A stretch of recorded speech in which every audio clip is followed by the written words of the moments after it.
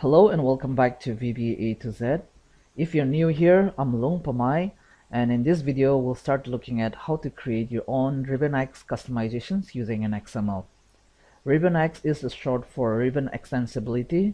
It uses a simple text-based declarative XML markup to create and customize the ribbon.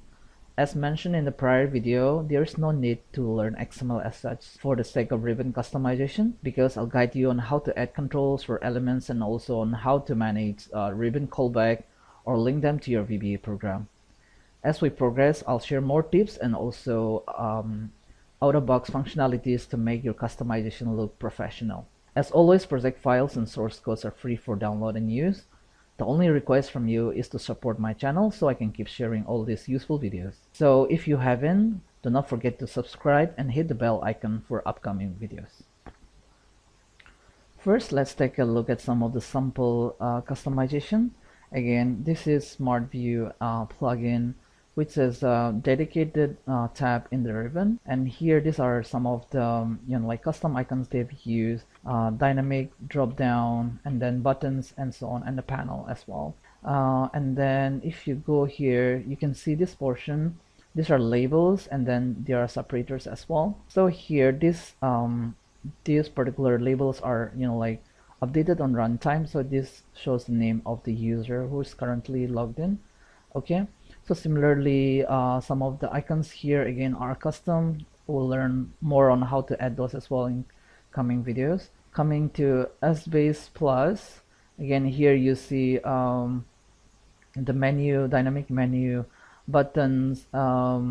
Here we have a checkbox. Okay. The other thing I want to show is again this web table scraper. The other day we checked this. This is also a dynamic menu. It's very simple to change all this.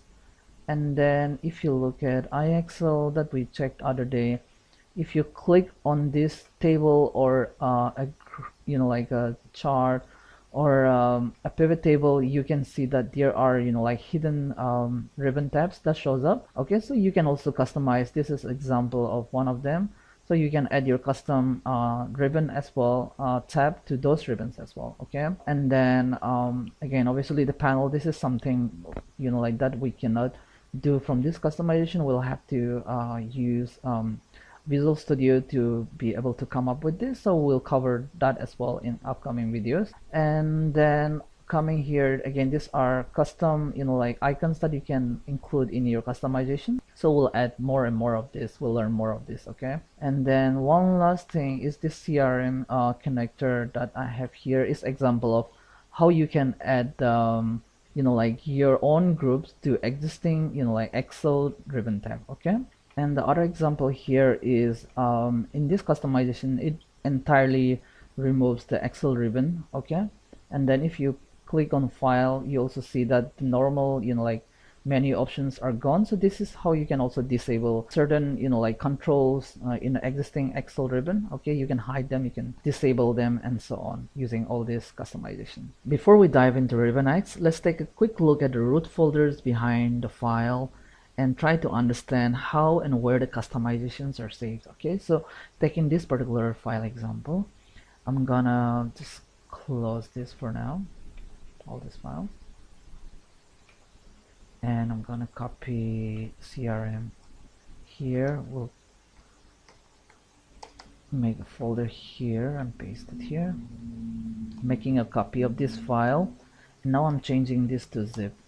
Okay, and gonna extract and see what is like the content of this file. If you go in here, custom UI, okay, this is the folder where all the customizations are saved. And basically there we have already gone through the sample.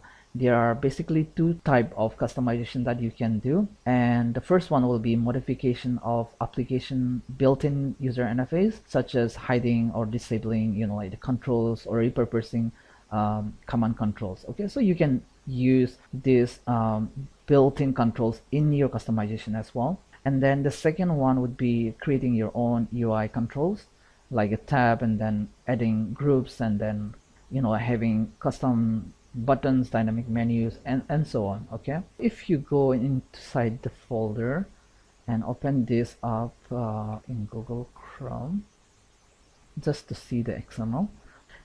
Here you see the schema, like all these are, like standard. You don't have to worry about it. Here, start from scratch. If you make this a true, this is gonna hide the entire ribbon, for example. So we're gonna go through in detail later on, but just to give you a, like a feel of what is inside, like this customization folder.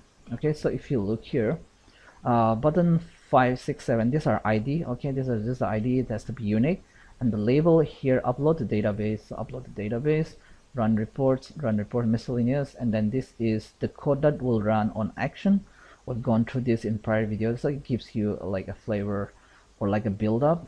And then these are image MS. So again, these are resources from where you can like get like the image name and like icon, and also if you want to insert your custom icon as well, we're gonna talk more about that. This XML need to be like put in correctly, otherwise it's gonna give you an error.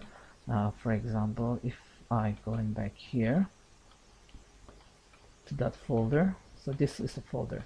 So if your XML is not like tagged properly, for example, let's say that here there is an end tag is missing, something like that for the tab, and you try to open this, it's gonna give you an error pointing out that okay, line number 4 column 1 has the error, like, and all this. Okay, so again, you don't have to use this to your customization, but just to give you a flavor of where these items are saved. And one more thing, within this relationship for like folder, if you go here, you'll see that this relationship has been added. There is one line here, for example, starting from here till here, basically points to that particular custom UI folder, and this file is basically saying that like this is the UI extensibility, and then this is basically the ID. Okay, so the type is here, and then the target folder. Okay, so if you're doing this like manually instead of using a software, this is where you can go to the backend of the file, and then you can update this. Okay, for example, if you're working in in the banking industry, like getting a software is not easy, so you can still do it the harder way, like go in here and update it and then link this particular folder. Okay, so let's say that let me just open this in Chrome once more, just copying that and opening this because this is not readable at the moment, so putting like this. Okay, so let's say that you want to add in one more button here. I'm just gonna make this unique ID, for example, and then let's call this info, and I think if I'm not wrong, there should be info as well with image called info. I'm gonna save this, close this, going back to CRM, like the extract folder. I'm gonna select all and then zip it back. Now I'm gonna CRM and then con update it manually, something like that, .xlsm. Now if I open this, if it is correctly done, we should see a new button here. Okay, so this is how you can also do it manually. Now I'm gonna introduce you to a software that I normally use. It's not the best software. Again, you can also use Visual Studio again to do this, but then like you'll have to do the coding not in VBA, but then you'll have to use other framework like C# or C, like C++ or Visual Basic and all this. Okay, so I'm gonna close this now. So while I was doing some research, the link from where like this was downloaded initially was this was from openxmldeveloper.org, but this seems to be broken now. But I have this software which I've like downloaded in the past, so I'm gonna leave the link from where you can download this. You just need to download this file, extract it in the folder, and run this. Okay, so you can run this and like just follow this and then install it. Okay, I already did it, so I'm not gonna install it now.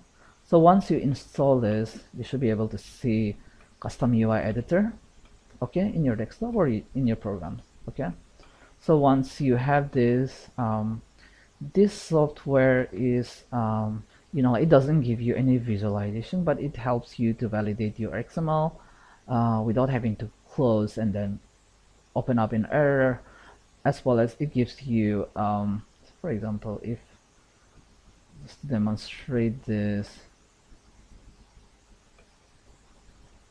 I'm gonna create maybe a new file. I'm gonna save this to a try folder, and this doesn't have to be XLSM, it could be any file extension. Okay, now I'm gonna save this file as, let's call this try2 or something. Okay, so now it doesn't have any customization. I'm gonna close this. Now I'm gonna open this file, try2 file. So now once you select the file, this is where you put in your XML code, and then you can, let me demonstrate this. Let me go back, and again, I don't try to remember these codes. Okay, I'll provide you with the resources from where you can, get a sample of all this, because it's not necessary to remember all this. Okay, now, so this is the same XML code from that particular file we looked earlier. If I validate this, it tells me that, XML is well formed. And let's say that I try to break it by just, removing one of the nodes. So it just tells me, okay, the token is, not valid, not a valid XML document. And then it says unexpected token is expecting this, this symbol, line number 9, and then position this. Okay, so it helps in that terms, validates. And now let's say that we want to add one more button. Let's call this unique button name 9 and put help here, and then we'll use the this image help icon. So it says that XML is well formed, and maybe we'll run a code 5 for this one. So when this button is, so basically here again, very quickly, button ID, the label, and then the size, and then here you have action, what happens when it click, what code it runs, and what is the icon. Okay, so this helps in validating. Now if I click on this, it will generate a callback, for example this. So this is what will go into your VBA editor, and then you'll put in your code between these two lines. Okay, now I'm gonna just save this and close it for now. We'll have to reopen this file to be able to. So test2, let me open this. So here is the customization we just did now, adding a help button there. And then if I insert this callbacks, okay, so let's say that debug or message box control dot ID,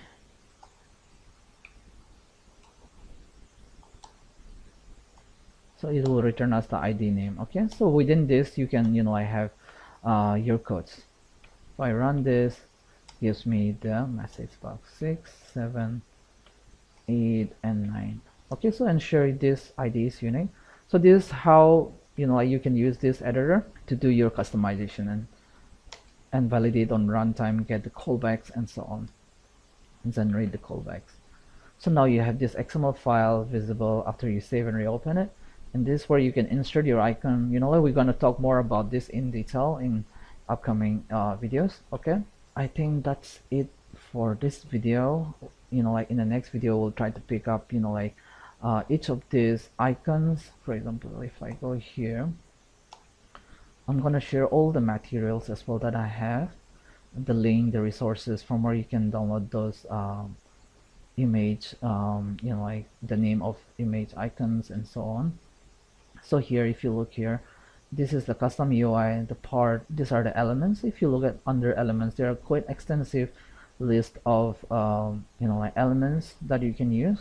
So far we've just used label, and then we've used button, which is normal button, and then we've learned how to use the image MSO. Okay, so we're gonna learn more.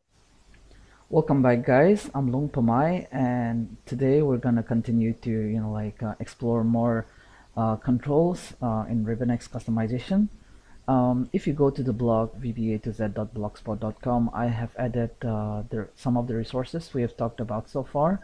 Okay, so if you go here, the first link is to download this custom UI editor, which is this. And once you have that, like there are, like some of the elements. This is the main link. If you open this link, it will have all the information about each of the element, how to use them, and some of the examples as well. Okay, not all of them are for Excel document, but Excel file, but the idea is same. Okay, you should be able to use them. Now first, let's talk more about this UI editor, some of the samples which are already there, and then I'll talk to you regarding the gallery control, and we'll get more into it now. So I'm gonna open up this custom UI editor here from my desktop. Okay, so this is how it's gonna look like once you open it. And here I have Excel file and Word document, just a blank, without any customization. These are the files we'll be using to add our customization and see how it looks like. Okay, just to give you so here you don't see any customization. Okay, I'm gonna close this, and then I'm gonna browse and open this file, book 1. Let's call this maybe episode 2, something like this. Okay, so once you bring in the document, this could be a Word document, it could be Excel file, and so on. So in the first, you can right click and then insert this custom UI part. Okay, so for example, I'm gonna insert 2010. You can insert the latest one. If it is not compatible with your file, it's gonna give you an error, and then you can update it accordingly. Okay, now once you have this, you can go here to insert, and then these are the samples that is preloaded. Okay, so if I click on this, and I can directly validate this. Okay, now again, all these are XML tags, you don't have to worry about it. So the first part here is the namespace. It has included the schema with the link, and then here is where the custom UI ends. Similarly, the backstage opens here, and then the adding ends here. Okay, so the end looks like this is how it looks like, the ending. Similarly for the tab, it opens a tab here. It says the tab ID is this, and then the label is custom, and then the first column tag ends here. Similarly the task group, and then this is how XML is structured. Okay, and then these are the task ID, the items within that. So basically here, this particular customization is about backstage, and then this will come in the file menu once we save this. Okay, so let's give it a try. I'm gonna validate, save, and then Control S, and then I'll go here and close, or Control W. Okay, Control W to close it. Now if I open up this file, let's see the result of this. So go into File, and once you click on this custom, this is what we have added just now. Okay, so if I reopen this, here you can see task, maybe. Oops. So here you can see task 1, 2, 3, and then these are the ID, the label, and then these are the image MSO. Okay, we'll talk more about that. Okay, so this is how it's done for the first part. I'm going to close this. Now I'm going to reopen this file, and now let's try the second sample. Okay, so summary is good. Again, here the tab ID is this. Start from scratch is false. That means Excel ribbon will exist, and then there is a tab ID called custom tab. The tab ID is this, and then this is the label. Okay, and then there's a group that has been inserted, and then within the group called custom group, there is a button, and then this button has a smiley face icon, and then the label is this. Okay, now you'll get a hang of it. Just play around a little bit. It's not difficult at all. So here's the custom tab, and then here's the like the button that is added. Okay, now we'll talk about adding macros and all. And again, if I go back to this file once, so here when adding a tab, you're just adding it in this scenario, it's just adding a tab. That's why it's going to the end. Okay, so you can add this in the first tab as well. You can add it next to the home tab or insert tab and so on. Okay, now I'm gonna get rid of this. Let's try another one. I think this one okay, this is another custom tab with more examples. So in this one, this is the ID, the label, and then this one is inserted after the home tab. Okay, and then this is using like inbuilt clipboard information, like controls, and then the font group, and then this is data alignment, data number, and then quick formatting, and then there's a group that has been inserted, and then in this group there's 3 buttons called bold, italic, and then underline. Okay, now let's save this and close this and see how it looks like.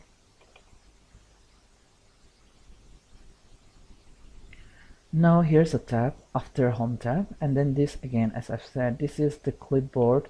This clipboard has been added here. Okay, inbuilt, and then here's the font, and then these are the custom, like the icons are of this, but then these are custom controls buttons. Okay, so you can also use existing like groups like this in your custom like tab as well. Now closing this, let's check another sample. I'm gonna get rid of this for now. So these are very good examples that has been pre-added, and this is repurposed. Again, this one is about the comments. For example, if you want to disable certain, like for example this one, the bold, like for this ID, like the inbuilt Excel bold has been disabled. So enable is set to false, and then the save button, once you click on it, you can run the macro of your own as well, like this. Okay, so let's try this. Saving it, reopen the file. So if you go here, you can see here is the like the bold has been disabled. So this works. I think once you put in the macro, it should run the macro that you put in instead of like just saving it directly. Okay, let's see if there's more. So this is word group insert repurpose. Again, this one, it's the same thing as you do in Excel. Let's try this example in a Word document. Even if you do this in Excel, it should work. First, let's have a look at Excel. So if you go to Insert tab, there's a new group added. Okay, and then this is the button. So similarly, if we look at this Word document, just FYI, if you do all this in Visual Studio, like you can just create one plugin which will work in all the applications. Like you can do the sort of, like much more powerful. But this is as well, like it's very, very handy, and it's very good for your tools. Again, coming here in Insert, you don't see any customization. Okay, let's try to add that thing here. So the idea, the reason why I'm showing you this example, like if there's a new Word document, you can insert a bold part like this. Okay, if you don't see it, after that you can insert, like this. Okay,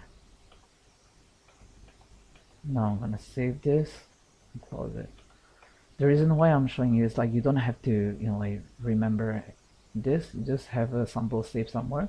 This is the one that we just added right now. Okay, so this is very simple to edit. Okay, now this is from the UI part. We'll talk about like using like our image ourselves and all that sort of thing later at a later stage. Now going back to the blog, in the resources here you have the image MSO table. So if you go here, it has all the list of like the images that you can use in the like in your XML. Okay, all these icons are already installed in your computer. That's what I just assume. And then you can, you know, like reference this to these images. Okay. So now if you look here, it just have a name. So you don't have a preview of it. That's why I just built this a small browser for you, so that you can, you know, like visualize it yourself. Here what I did was, we'll talk, you know, like in detail about the XML, but basically here I've used the gallery control, and then this is, you know, like example of a button, and then here's a screen tip. Okay, we'll talk about that as well. About this label, there is an event that runs when this file opens, and then it automatically sets your username and then this string as well. Okay, so we'll talk about that as well briefly. So now if I click here, instead of the label, you'll be able to see what, you know, how this icons or image looks like. So for example, let's say you want to use any of this icon, you can just select them. For example, let's say we want to use this. It will show us, you know, like what is the name of that image. So you can copy this and then you can put in your XML code. Okay. Now one thing I came across is that in a gallery, actually I was looking here in the blog, but I do not see there's a limitation mentioned, but you cannot add more than 1,000 items. So this one gallery item here is 1,000 items. Okay. So if I go back here, this altogether I think is around 3,000 something. So that's why I've, you know, broken it here into 1,000 each, and then the last one has, you know, like you know, like lesser. Okay, so I'll add the link so that I'll add this to, you know, like to this blog here. I'll keep on adding the resources here so that you can download and you can use it, and then, you know, like you can anyways refer to this as well. Okay, some of them, for example, like set face, camera, some of them are self-explanatory. You can also, let's say that you have certain icons that you're interested, you can just, you know, like search as well, maybe something to do with SQL, Access database, something like that. The one we saw earlier was freeze, all this. Okay, you can search it as well. You can copy the name and then use it in your XML code. Now coming back here, so that's how I did this. I put all the items by converting those into Excel, you know, like from Excel I put in all these items. Okay, so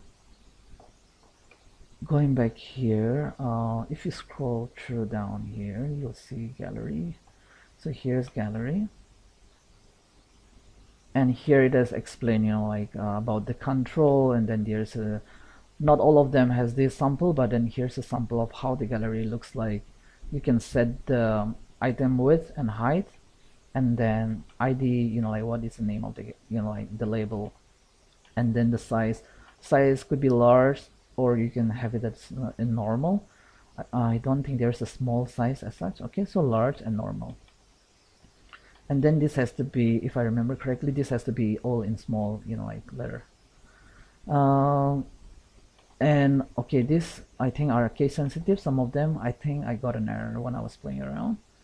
So you have to try it out, and then you'll come across, you know, like some of these limitations, or, you know, like how you have to work with this XML tags. Now let's say that we want to use this, you know, like you can directly copy this samples. Okay.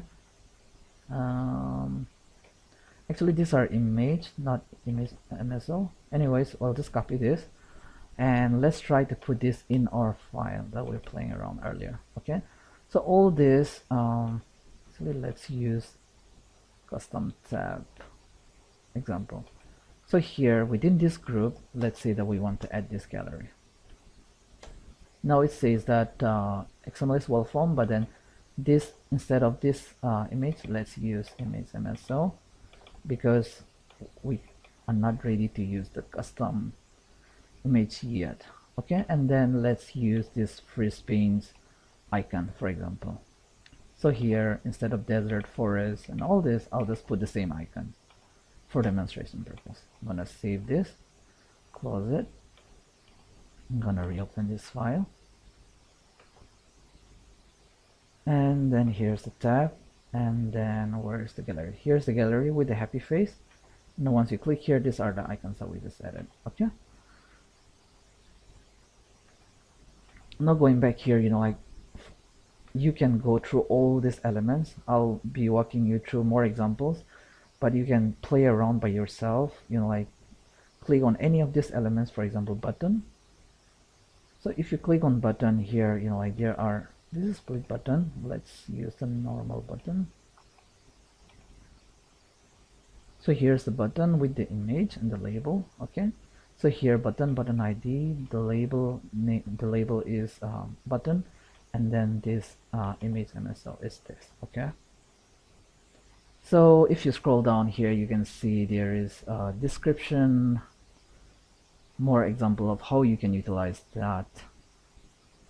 Okay, so play around. I'll try to show as much as possible, but then it's not rocket science. You can, like you'll figure it out. Okay, some of the other things that I'll try to show is how to dynamically construct your XML on runtime and that sort of things, how to run your macro on load, that sort of thing. Okay, now so coming back to this, let's see what is the code behind this. Now I'm gonna close this, and then this file, I'm gonna open this image MSO. Again, you already know, we have already just talked about how to use gallery. Okay, so this is actually really huge XML code, so I'm gonna copy this, and here is the XML.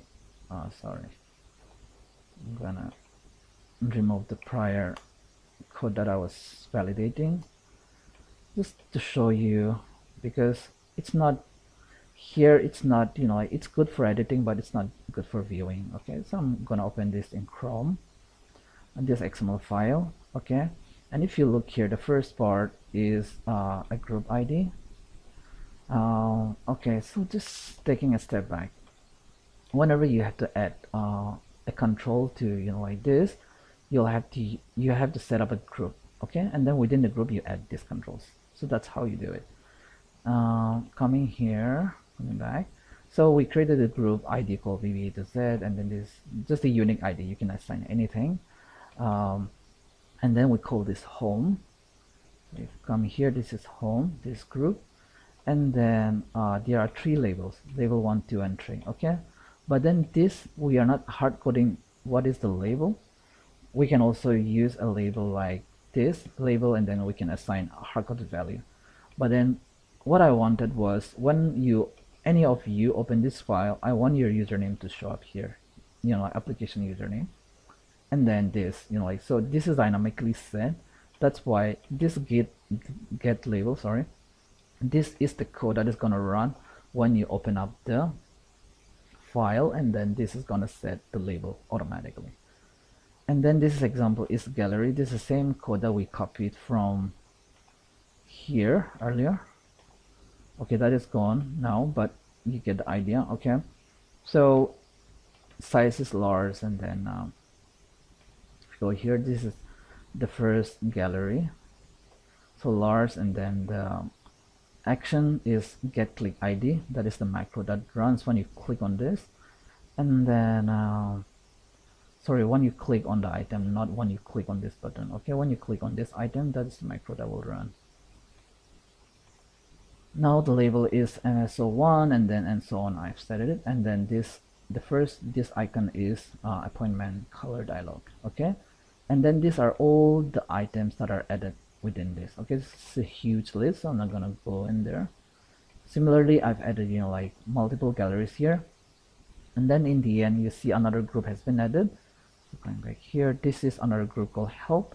So help has been added, and this is the ID. This is the button name, button ID, and then the size, help, like what happens when you click on it. So when you click on it, this is actually going to take you to my YouTube channel, and then basically to this RibbonX playlist, so that you can, like if you need to refer more, you can come back here. And then this support tip, once you hover your mouse on top of this, you see click for more help, for example. So this is coming from here. That's how you set it up. And then you are able to set this up in most of the controls, okay? So this is how you'll use it. So this is how I've set up, like this particular tool. Again, this will be available for download in the same link. Download, and then this, I hope this will help you to browse the image, easily. Okay, so now you've learned how to use the gallery and then how to insert a new group. Okay, and one another thing here is start from scratch. I've set it to true. Okay, so if I set it false, then all this like Excel inbuilt ribbon tabs will show up again. Okay, and then in the tabs here we are setting a tab ID, and then the label is, this is the label that we've set here. You can see visible is true, and then insert before home tab. Okay, this really actually doesn't matter now because the rest of them are hidden. But then if there are ribbons like visible, all the tabs are visible, and you want this to appear in the first, this is how you're going to set it. Or you can set insert after MSO and then tab.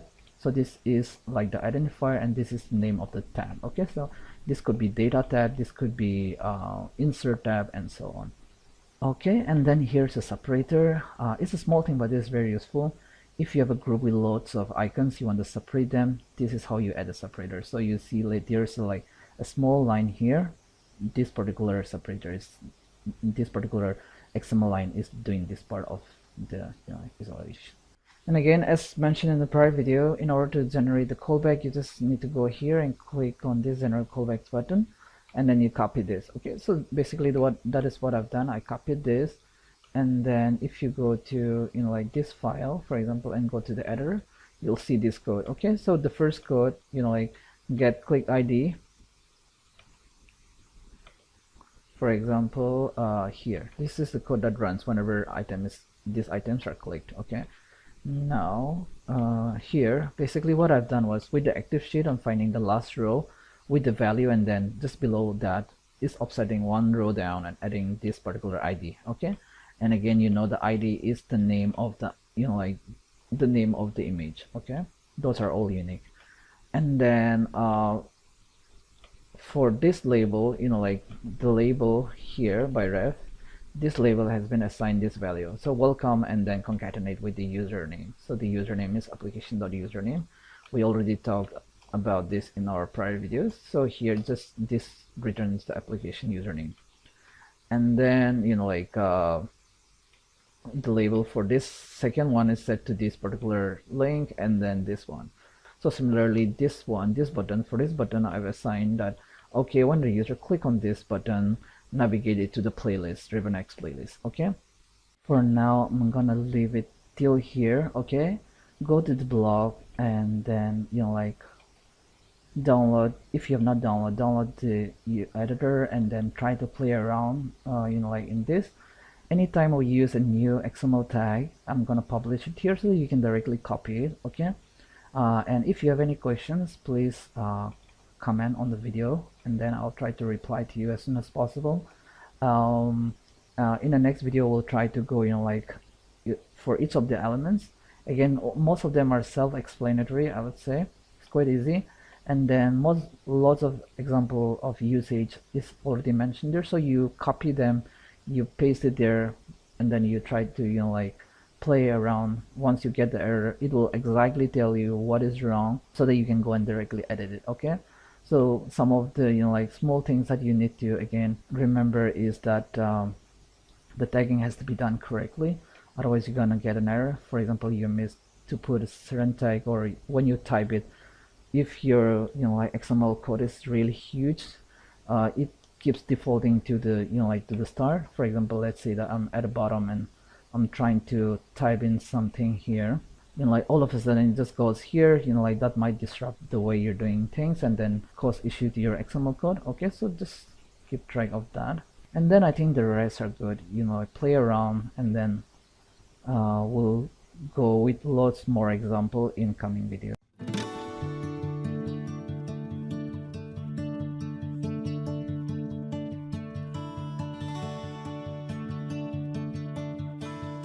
Hey guys, welcome back. In this short video, I'm gonna demonstrate how to hide Excel ribbon entirely. and then we'll add some quad icons and buttons here, including your custom button. And then we already seen this part, but we'll learn how to disable the options and add your custom space here. Okay, so I'm gonna create a new workbook. Let's save this as episode 3. Let's call this Excel lesson.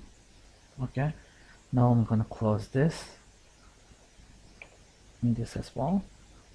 Now I'm gonna open this file, the new file from editor. Let's insert a new custom UI part, and we'll take a sample of custom tab. Here we'll set this to true. Okay, and then we'll remove this because we don't have to add any tab as such. Okay, so I'm gonna save this and close. I'm going to index3 folder. So if I open this file now, the entire ribbon is hidden. Okay, but if you click on this file option, then you still see all this option. Okay, now close this, reopen the file. Now for the part where we added the custom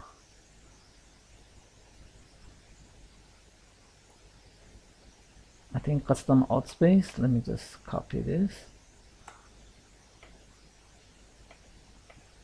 Yeah, so this is the part where we added that. So we can also take care of this in this fashion. So I'm gonna take this,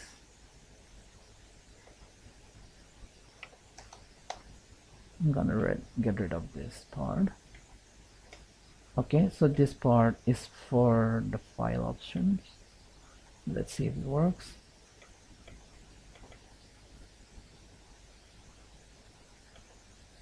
So here is your custom. Okay, now we'll add some buttons here, and then we'll try to disable all this save as, export, and all this. Okay, first, before closing this, let me open this file again. Okay, and here I've saved the options, backstage, and then so we already have this backstage. We just need to get this. We've seen this option in our previous video where you can disable this or you can turn the visibility off and so on. Okay, so I'm gonna copy all this and then bring it up here and validate it. Okay, so if you look here, if you click on file, so we're saying this ID, okay, ID MSO, the Microsoft Office icon ID, file save.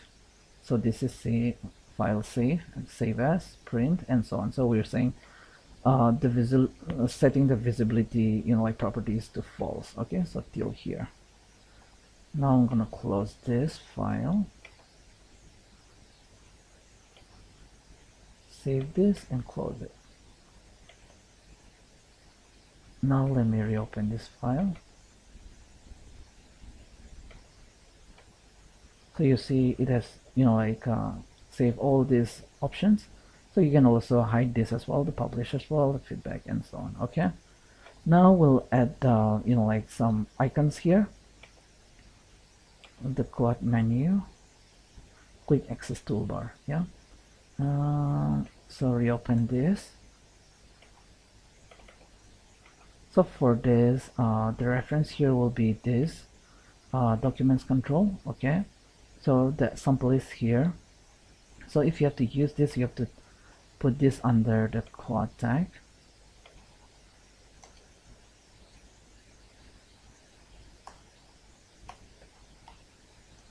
And then end the tag here.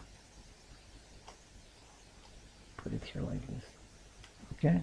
So this is picked up from Office application itself. The ID is this, calculate now and insert hyperlink. Okay, save this and closing this file. So here there are two buttons. Now let's insert one custom button as well. Now for this we have already created this button, so we don't have to rewrite this. Let's copy some of these buttons. Okay, so let's say that we want to add this button.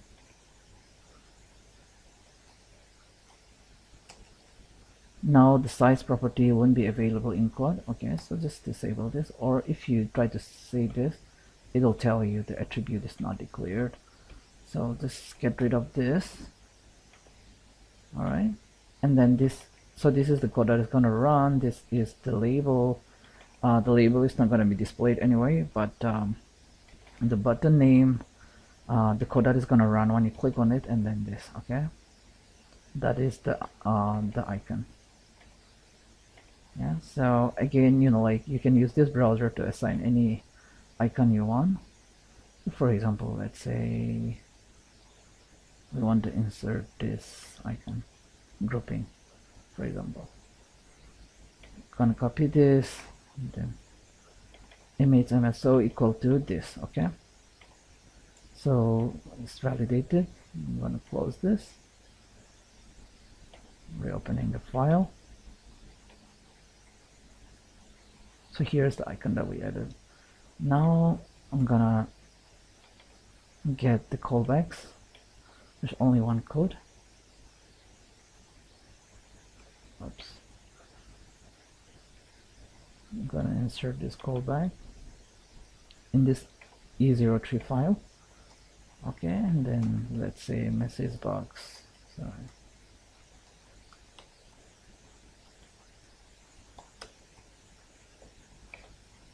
Click on this. Okay, so it works.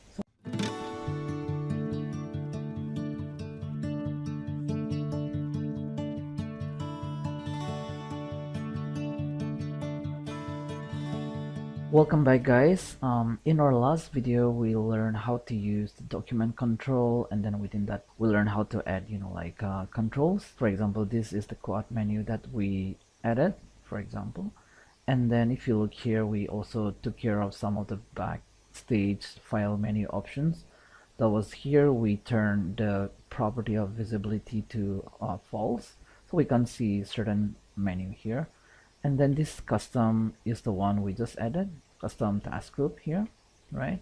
In this video, we're gonna learn about contextual tabs. For example, these tabs, this hidden tabs only shows up only when relevant objects are activated. For example, here you can see table tools, and then here when you click on the pivot table, you can see pivot tools, like ribbon comes up. And then this is example of adding a new tab in that hidden tab. Okay, similarly in the chart tools, here's the extras ribbon again, tab that was added. Okay, so I'll just demonstrate quickly how to create that. Okay, I'm just closing this file. Let's create a new workbook again. Okay, now let's open this, and we're gonna insert this part. And then from here we can insert maybe a custom tab. We don't need to use the custom tab, just need to reuse certain part of it. And here I'm gonna remove this for now, like this. And here we can start opening the contextual. Actually, we don't have to write this part. We can just copy it from the sample here. So here's the contextual tab, and then you can just copy this part and paste it within the ribbon here, for example.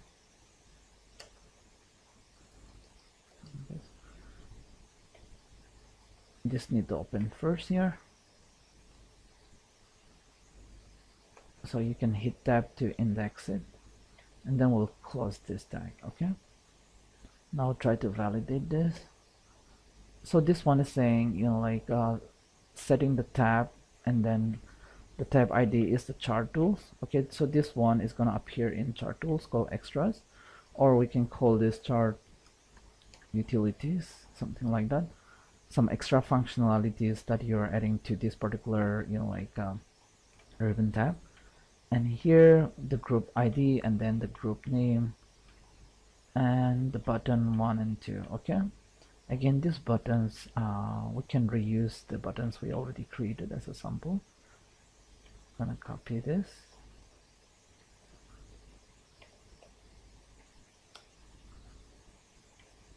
Okay, so let's give it a try. I'm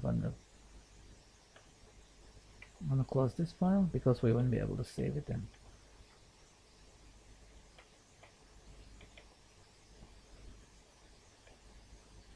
Give it a moment. So I need to have a chart.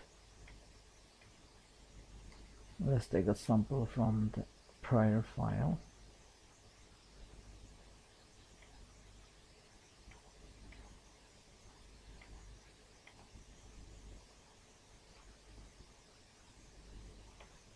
So this is the file we just updated now. So when I click on the chart, you can see chart utilities, and these are the buttons which are copied and pasted from the blog. Okay, so you can add any menus here, like in any of these ribbon that you see here, for example. So you can add all these type of menus. It could be drop down button or any of the menus. Okay, so similarly, let's try to add this to pivot as well. So I'm gonna copy this tab set, right? It's not looking good now. The formatting is not good, but still works, so that's okay. Now instead of chart tools, let's call this pivot. Was it pivot?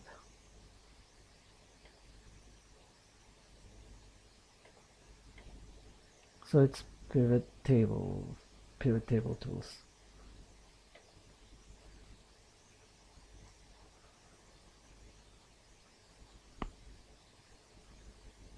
And then the label will be pivot table, pivot utilities maybe. And then make sure all these are unique. Again, this gonna put X just to make it unique. Okay.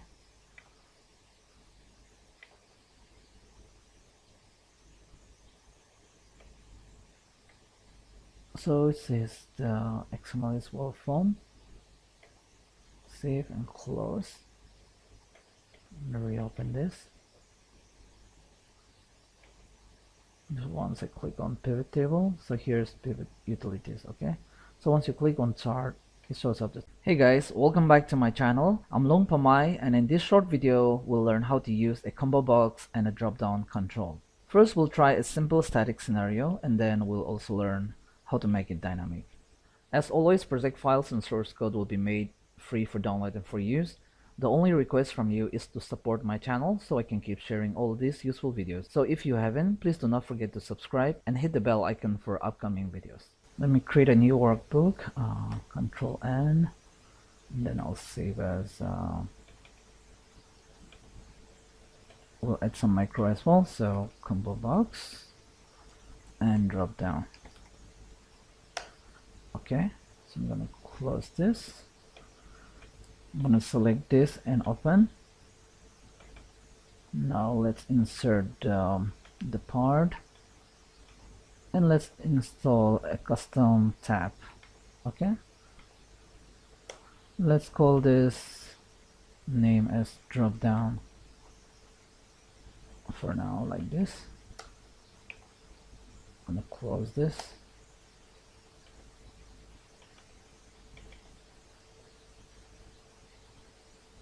So there's drop down. I'm gonna replace that now. Okay, so reopening the file. Now let's take a quick look at this combo box. This is a sample which is there. Okay, now I'm gonna come back here. Instead of that, I'm gonna insert this combo box item. I'm gonna validate this, so it's looking good. So some of the other items that we can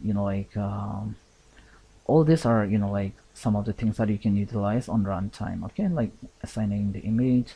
So for example here, instead of hard coding it, you can let your, you know, like program get the image for yourself. So we're gonna take care of all this in some time. Let's try so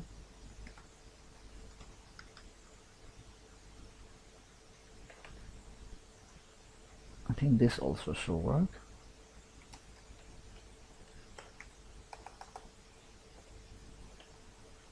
Okay, so this is, let's say that we want to add this image for now.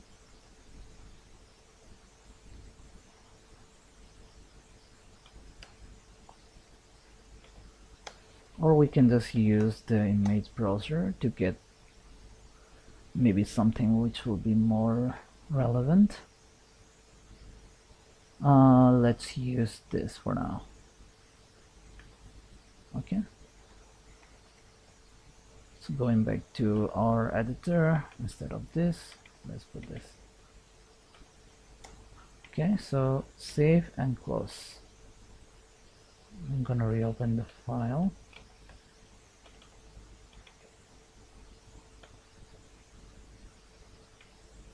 So here is our combo box with the, you know, like image that we have assigned. Okay, now let's try the next one.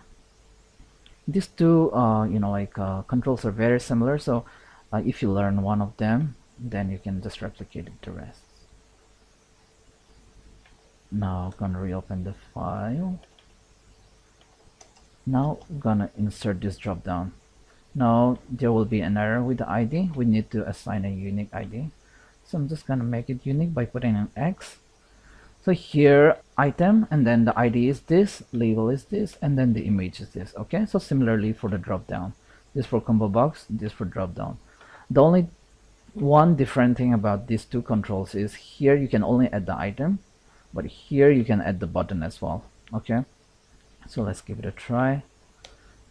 Again, this one we can assign the same image, just for demonstration, and then the button, maybe we'll assign a different icon for button.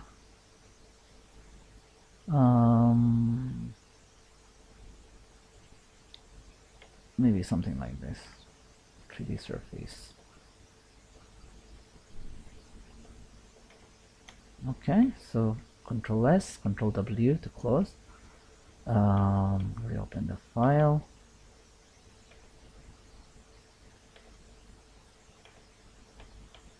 Okay, so it works perfectly fine. Okay, now I'll quickly show you how to make it dynamic as well.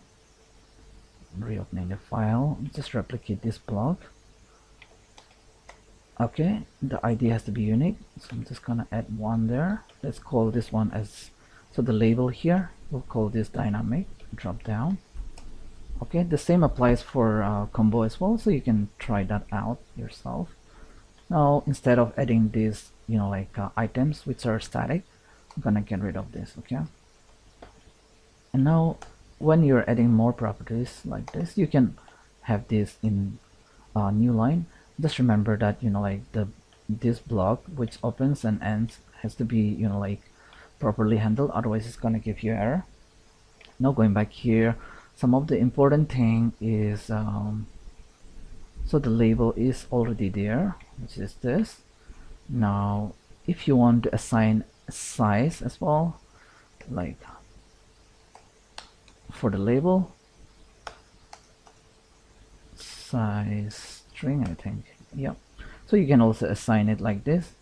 Again, in all this, you know, like document, when you look at this, you'll see a sample like this, but then this basically is just, it means that you can use this property in this control as well. Okay, so for example, let's say that I take this and put it here like this.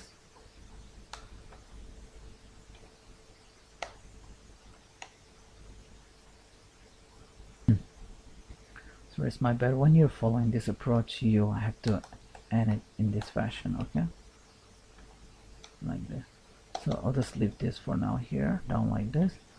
And this again, this is basically for the size, you know, like for example, if I open this, you can see the size of this is, you know, like this much, right? So you can make this, you know, like do it bigger as well using that size string, okay? Now let's assign some more property. I think the super tip, we already tried the super tip, but we can assign a hard-coded value as well as we can even use we can make it dynamic as well. Yeah, so let's say this is dynamic drop down. Now let's try to make the, you know, like item dynamic. So for that we'll need to use get item count.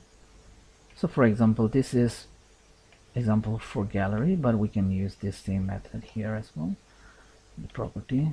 So get item count, let's call this as get this will be the name of the code, okay? Get drop down item count. And then there will be additional property that will be automatically generated, and then the item label as well. We can also assign item label.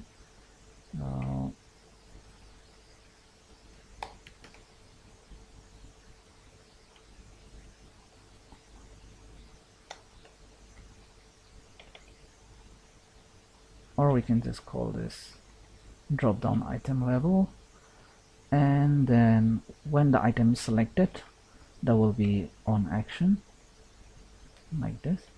We've tried this already in our prior video.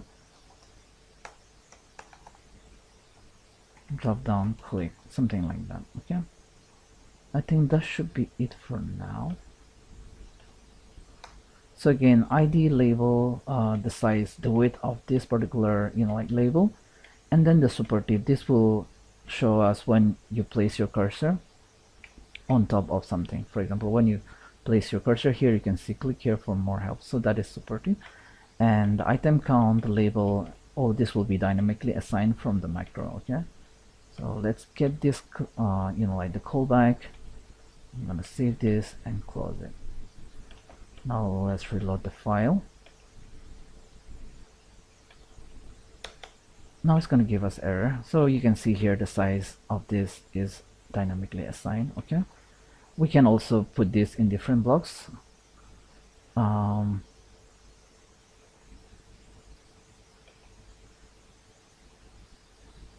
Let's go to this workbook and assign a new module and add this, okay? So let's say that we'll take one example. Let's say we have a list here called apple, mango, and banana, for example, like this. Okay, so let's say we want to add this here in the drop down. Okay, so now the item count can be dynamically assigned. So here the return value is gonna be 3. 3 is the count, right? And then for the index, here we can say that so here we need to take care of the return value. So the return value is basically gonna assign the item labels, okay? So for example, this will be picked from these cells. So for this example, we'll just say cells, and then this will be the index. So here we're already assigning, like, for example, like a total loop, and here we're gonna get an item, okay? Dot value, let's call this. So typo is there. Now when the item is clicked, we can say message box, and then we can say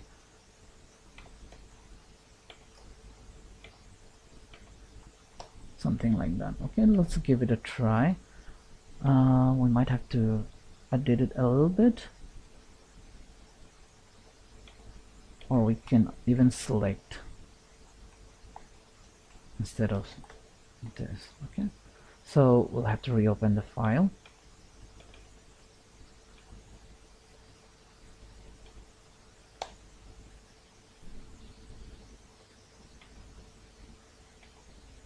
Okay, so the problem here is the index starts from 0, so let's make it +1. Okay,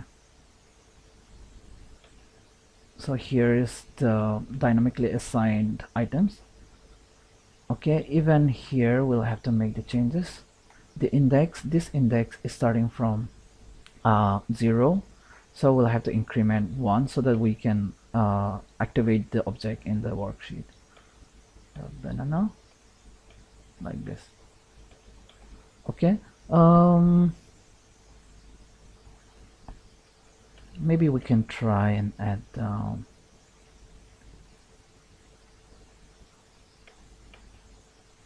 dynamic image as well. Get image. So we'll write the same set of code.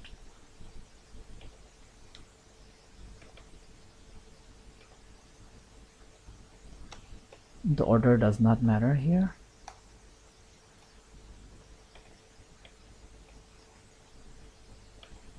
Okay, so you can replicate this for combo box as well.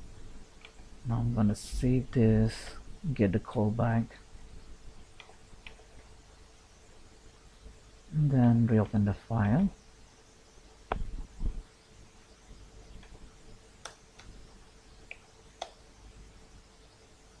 This is just for the image, so I'm gonna get rid of the rest of the callback.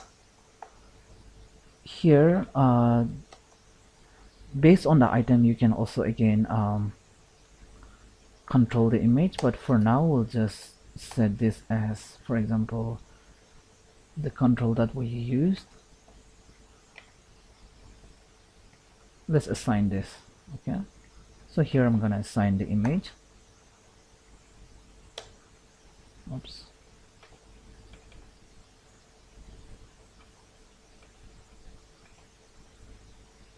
Oh, it assigned like the image for the label and not for the item.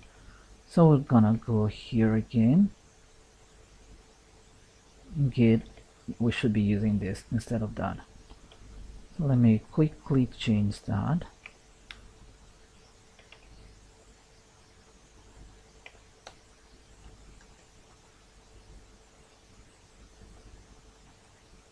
Okay, so the difference here is one is get image and one is get item image.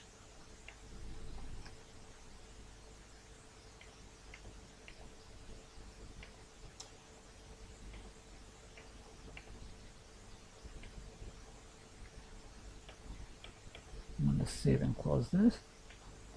Let's reopen the file.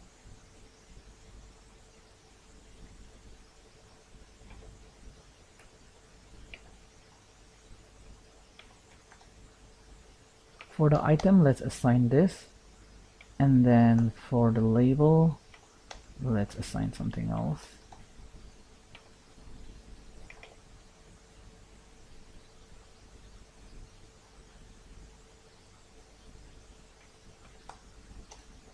Let's grab a quick image ID. Maybe something like this.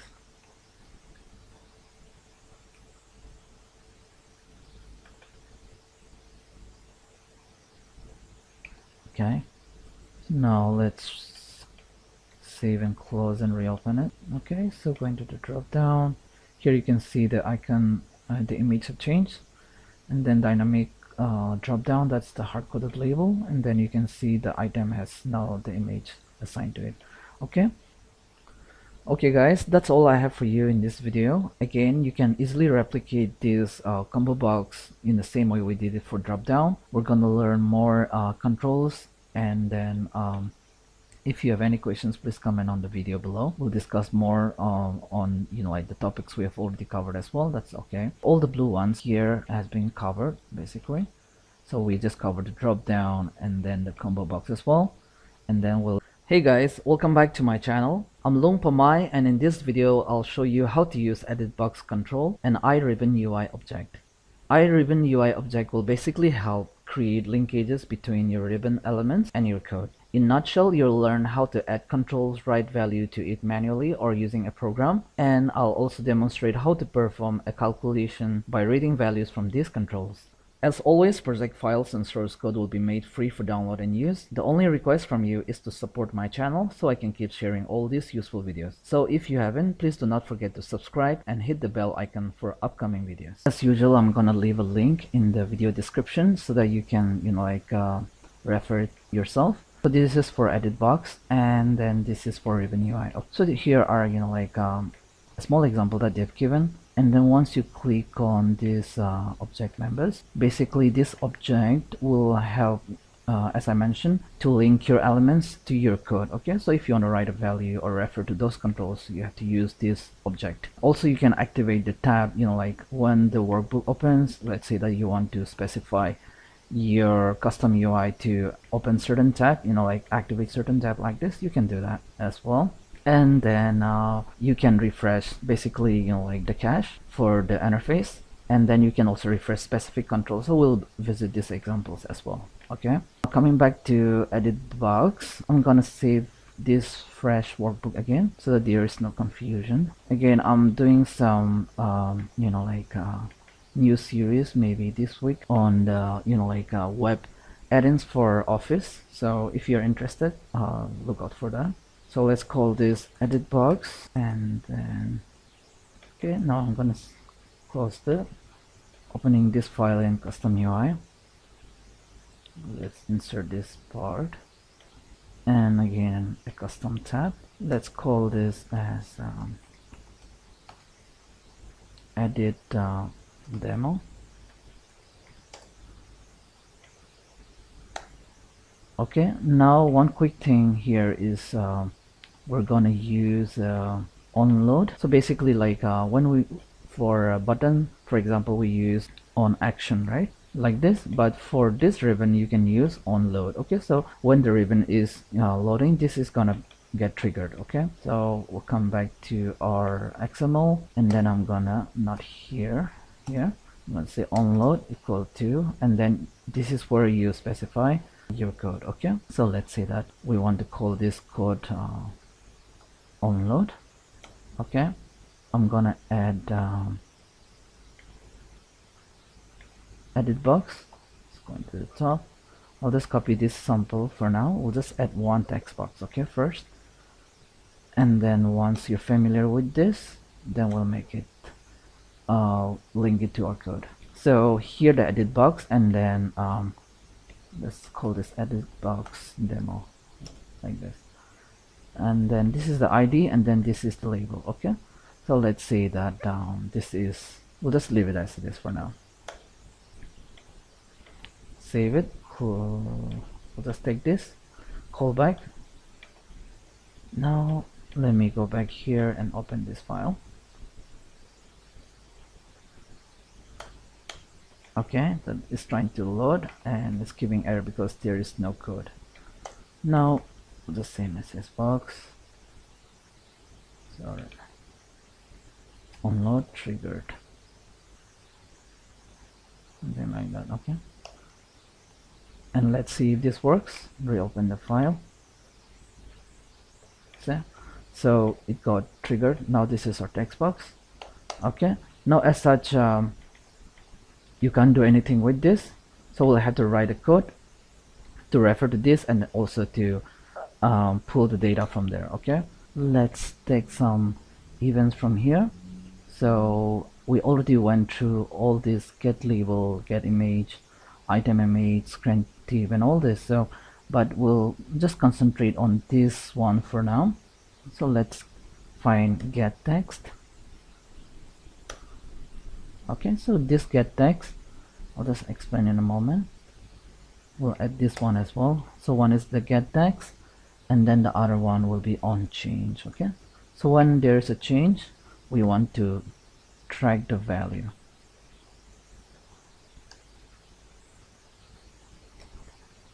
Okay, like this.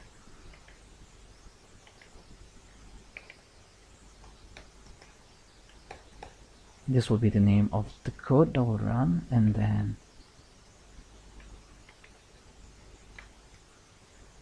For now, let's keep it so that we know what the code is supposed to do. Okay, now let's get a callback for this as well. Okay, let me remove this message box now. We don't need it. Those just to. So this function is basically to display the text. Okay, get text. So application is going to call this function or this procedure to display, to determine the value to be displayed, and then this will like get triggered whenever any value gets changed. Okay, so we'll try to use this to meet our requirement. Now let's declare and create our ribbon object. Okay, and then we'll set up let and then the get properties for this particular object. So let's call this ribbon as my ribbon UI, something like this, and then this is gonna be iRibbon UI. Now let's set up two properties. First, we can call this let, and then this is gonna be ribbon UI. This variable name can be anything, as iRibbon UI, and then we'll set up get property as well.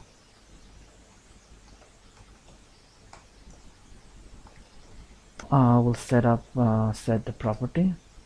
Now set, and then my ribbon is gonna be whatever is here, and then we'll set this property as well.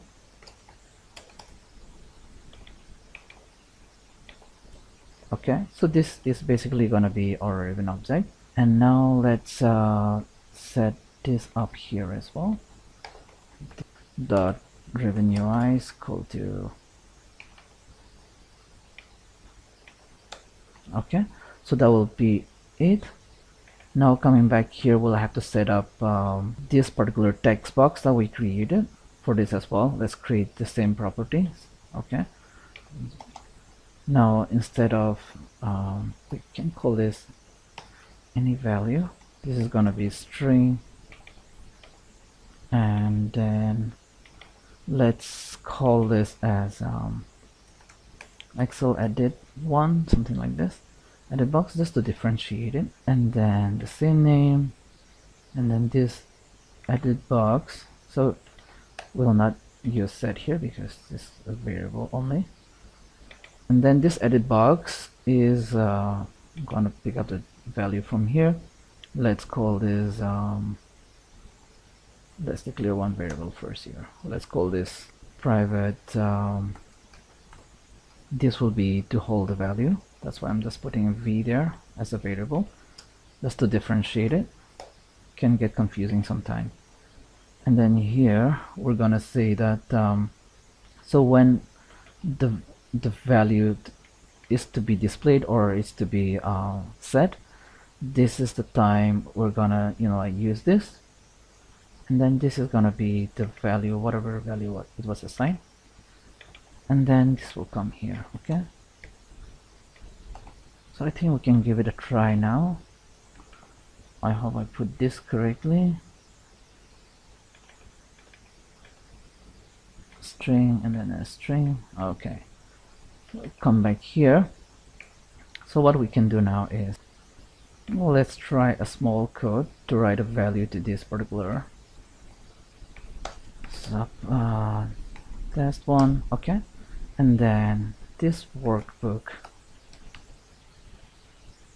and then we'll try to use this Excel. This is the object that we created there, and then is equal to, let's say, 10, and then here we can, as I mentioned earlier, we can use to invalidate, okay, to refresh the case of that particular control. So I'm gonna come back here. Now we can call this ribbon UI dot invalidate control, and here you can specify the name of the control that you want to refresh. Okay, so in our scenario, this is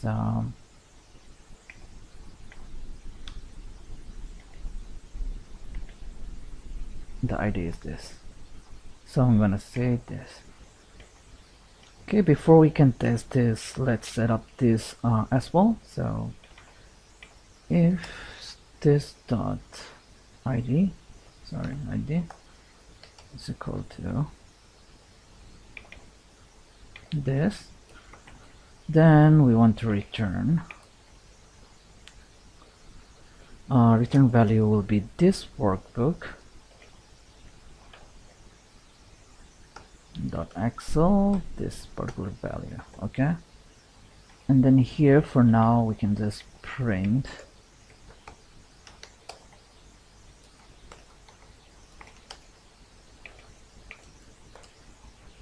when it changed, then we can track the value. So let's see.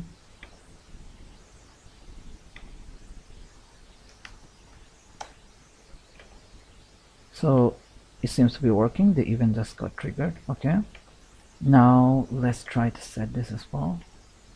So it's able to write this as well. Okay, so it's just wrote 10. Now let's try to write hello.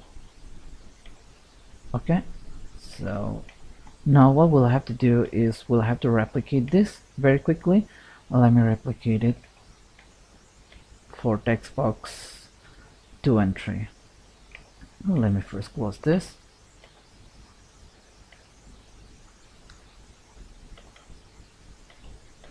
I'm opening this. For demonstration, I'm gonna add 3 text box, and we're gonna call this 2 and 3. Okay, I'll leave this one as it is, and let's call this number 1, number 2, and then let's call this output. Maybe we can add a button as well. Let's add a button here.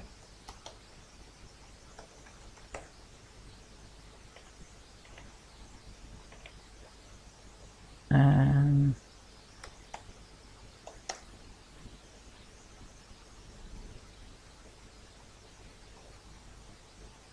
let's add this icon for now.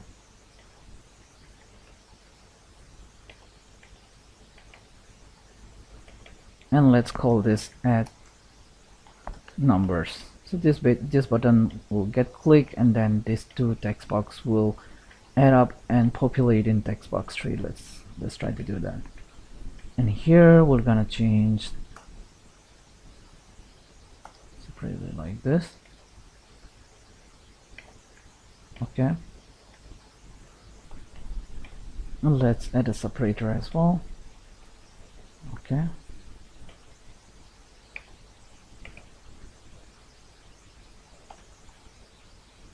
so this is edit box 2, and then edit box 3, there's a separator, and then there's button.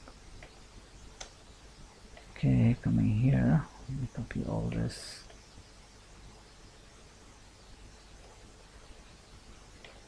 Save and close.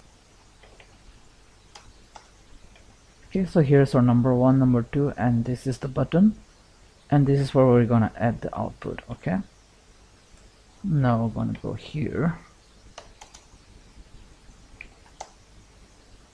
Let's quickly replicate these properties for text box 2 and 3.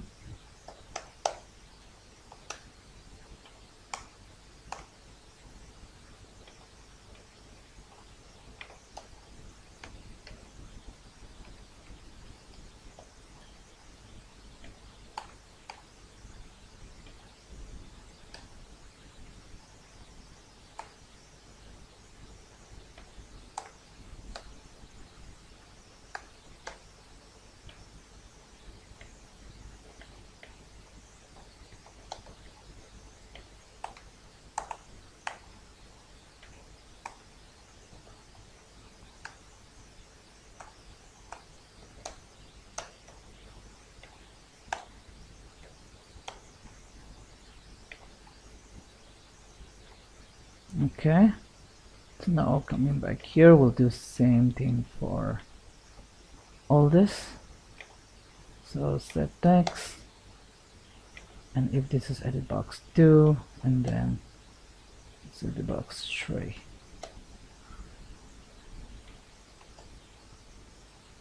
and whenever there's a change, let's try to print it and check if it works.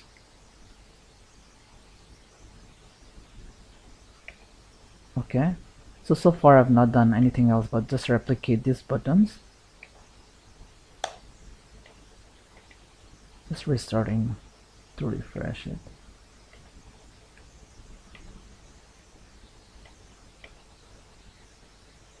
So first I'm gonna type in 10 here, so you can see 10 value has been changed, the number have changed, and then 1 from text box, 2, and then a div box, sorry, and then 3. Okay, so all of them seems to be triggered. Now for the button, where's the button? Okay, then copy the button callback.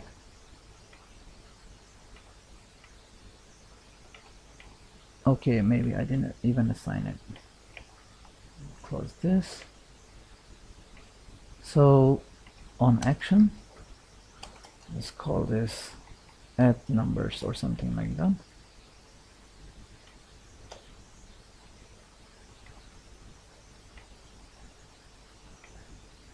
Numbers.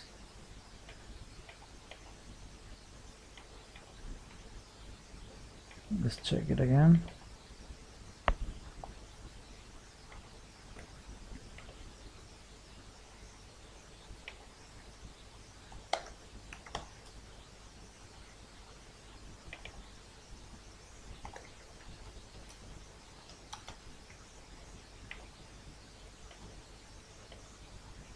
Okay, so the button seems to be working. Now what we'll do here is this test code that we have here, let's bring it up here.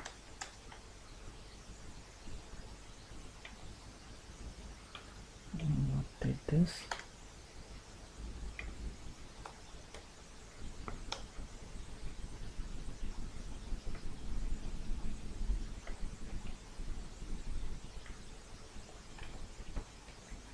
Let's try this one more time.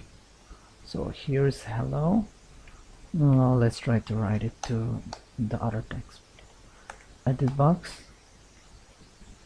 Let's say 23, 20, 12.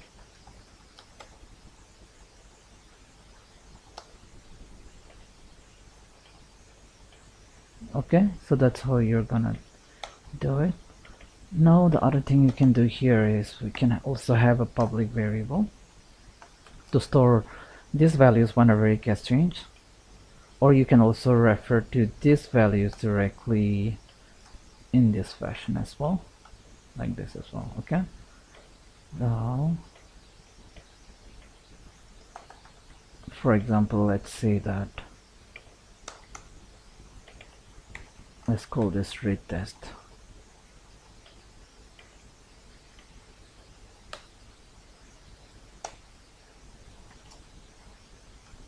Because when that button is clicked, we want to return the value. Okay, but before that, let's quickly test it out. So number one is let's call it double.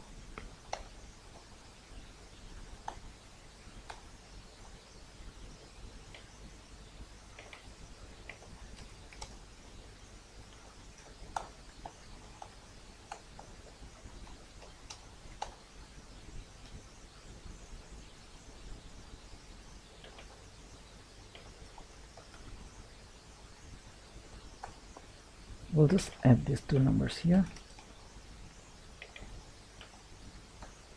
We'll try to make all these videos as simple as possible so that everybody can gain from this.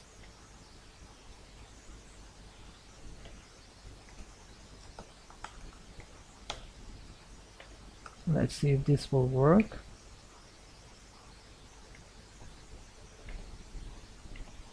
Okay, so this plus this. Now let's run again. Okay, so there seems to be a problem. It's not invalidating properly. So maybe, not sure what just happened there.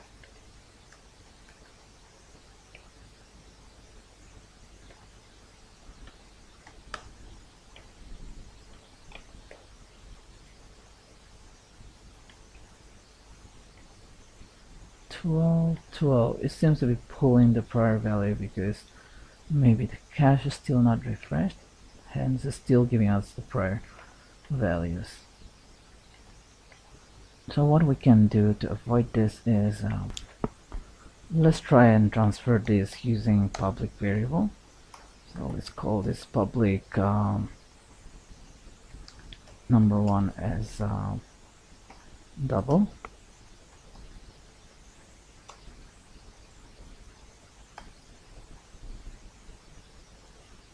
And then let me just get this to the bottom for now, so we have space for this. And then we'll call this code from the button here. When this button is clicked, we'll call this code, which is read test, for example. Okay, so whenever this value gets changed here, on change, we'll say this value is equal to text, whatever is passed here. Okay. Similarly, we'll do this for on change for text box 2.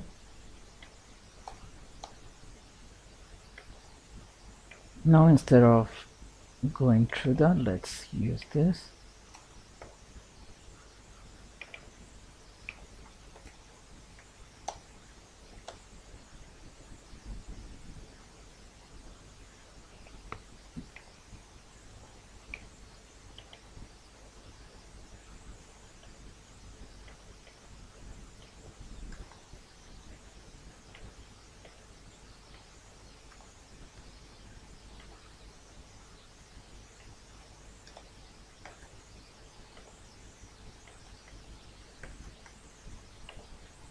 Okay, so this seems to be working now. Okay, so similarly you can follow this approach for like if you want to add a checkbox, for example. Let's say that I've used this checkbox here, like to prevent the calculation before save.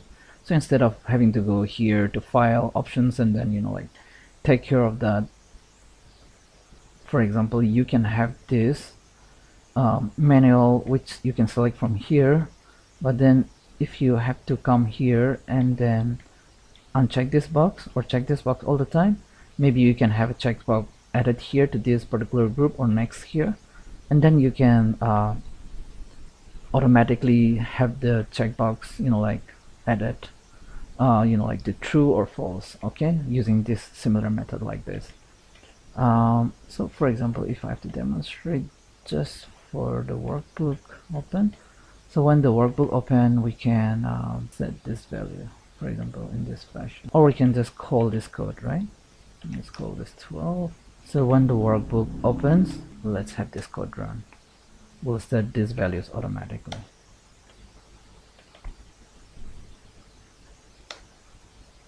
Okay, when you're loading this on runtime, you do not have to invalidate the control because it's already done as a part of load. So let's see. So this values has been automatically added. Hey guys, welcome back to my channel. I'm Lung Pamay, and in today's video we'll try and cover the remaining UI controls. We'll learn how to use custom image. We'll also learn how to create dynamic menu, which you can update on runtime. Learn how to use submenu. We'll touch base on checkbox as well, Dialog Box Launcher, and also toggle button. As always, project files and source code will be made free for download and for use. The only request from you is to support my channel so I can keep sharing all these useful videos. So if you haven't, please do not forget to subscribe and hit the bell icon for upcoming videos.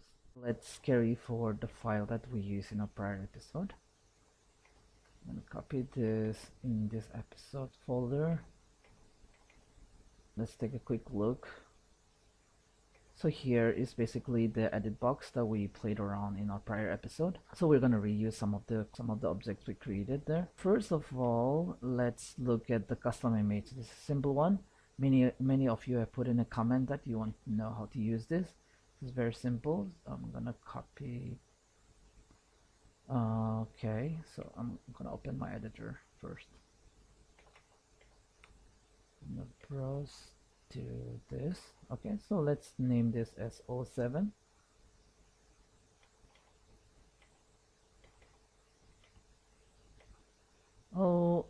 In order to use these images, so what I did was I downloaded some of the the PNG files from this site. You must be familiar with this site by now.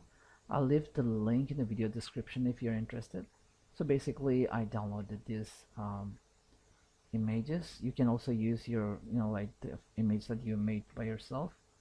So here I've downloaded this, and here are the icons that I've downloaded from there. Okay, so let's say that we want to use this icon. What you can do here is right click on this XML, insert icon, and then from here you navigate and select the icons that you want. So let's say that we want to use this icon. Let's try this first. So here is the image that you just inserted. You can rename it as well. Let's call this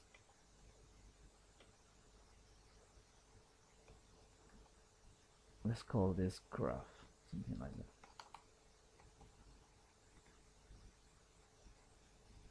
that. And this is the button here which has this image MSO, Microsoft Office. So you just need to, like the syntax will just change the image, and then you can refer to this particular graph that you put here. Okay, copy this, F2, copy and paste. Oh, sorry, clipboard didn't work there, so I'm gonna type it there. Okay, so let's see if it worked. Saving and closing, reopening the file. So here is the icon, right? So it works like that. And now if you want to make, again, you know about this now, you can make this button size as well. For example, let's say that we want to have a separator here. Let's call this separator 2. Always remember that the ID has to be unique. Okay, so here's one separator, another separator here. Let's change the size. So we can say size, we'll call this large. This has to be in all lowercase. Okay, Control S, Control W, reopening the file. So now there's a big button. Okay, so that's how you'll use your custom image. You can also use it in your drop down. Once we start looking at the custom, not custom, dynamic menu, we'll talk about that. Now let's talk about this dynamic menu for a second. I'm gonna go here, close this site for now, search this. Again, I'll leave the link in the video description. You can go here. Once you click on this element, this page will open up, and this is a good site for reference. So I'm gonna open this. So this is an example of dynamic menu, and here is a sample code here. Okay, so let's give it a try. I'm gonna copy this line code. Let's close this, save, close, and then I'm gonna open up this file again. Now let's add another block. We can also add a group. Let's add a new group.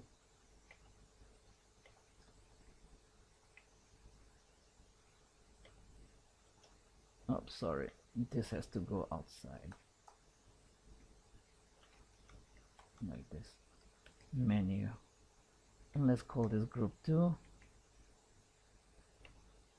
Okay, so I'll get a callback. It has just get the content, and the rest are from the prior video, so I'm gonna leave that, save it and close it. So I didn't do anything special there. I just added a group, and then I added the dynamic menu here. Okay, so when I click here, it doesn't have anything, so we'll have to add a micro for that part. I'm going to insert a new menu, and then this is the callback I copied from the custom UI. Okay, so this is where you're going to specify what you want to return when the user click on this menu. Okay, so let's go and copy the sample here.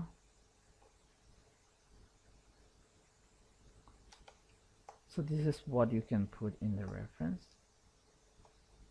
So I'm gonna comment this out.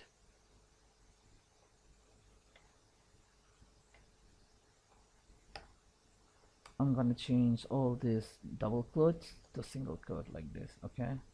And this is on the selected text like this. And now I'm gonna say XML.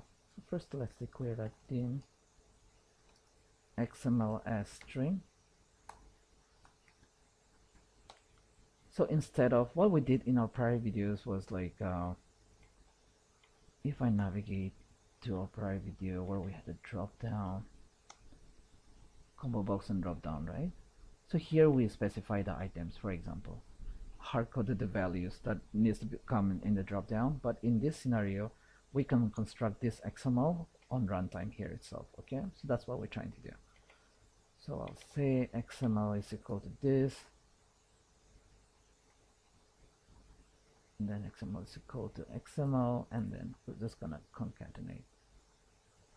I'm just gonna remove the comment in just a moment. Now I'm gonna put double quote on each of this.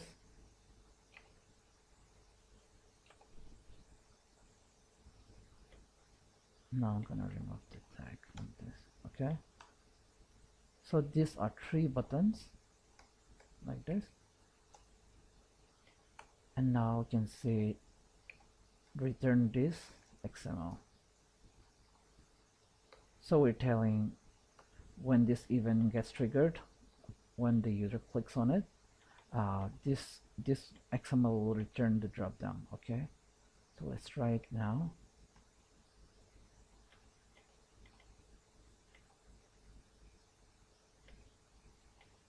So button 1, 2, and 3, okay? So if we quickly look at this again, this is nothing new now. We have already learned all this button, and then there is button ID and then the label. So if we want to put an image, for example, let's say we want to use the same image, which was graph, right? So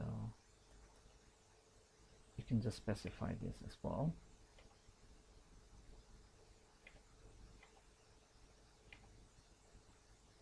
Now I'll just get rid of this double quote and use single quote.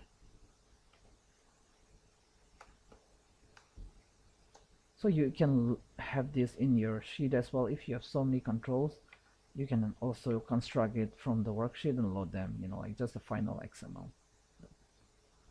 So for this we have to reload.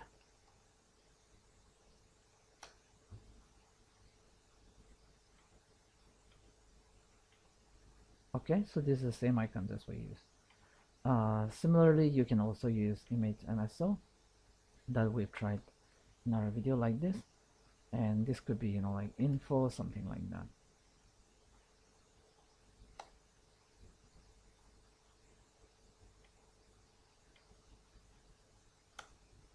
That's my bad. This has to be, you know, like this is case sensitive, so I'm gonna reopen the file. So here is the image MSO, okay? Again, a quick recap on this is that this can be dynamically constructed, but this is not going to refresh every time the user clicks on the drop down. So we'll take a step further to construct that part. And again, just remember that you can add additional attributes like on action, the name of the code here, the name of the code goes here, for example. So you can add additional attributes like the screen tip and everything, okay? So let's go to document again. Now I want to show you this invalidate content on drop down. So this is something we want to use in our next. So every time the user clicks on the drop down, it will reconstruct or recheck. So you can dynamically construct your XML for that. I think that should be it. Okay, so invalidate on drop down. Let's reopen up this file.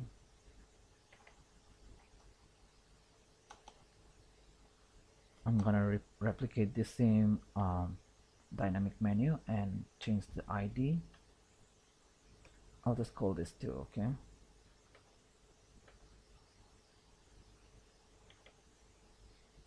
And I'll add this attribute. Let's call this, let's assign a true property to this. So invalidate content true, this has to be it. Now again, if you want to insert an image, I think we should be able to do this. For example, let's insert one more icon from our download. Let's say something like this. I'll rename this to idea, and I'll assign image.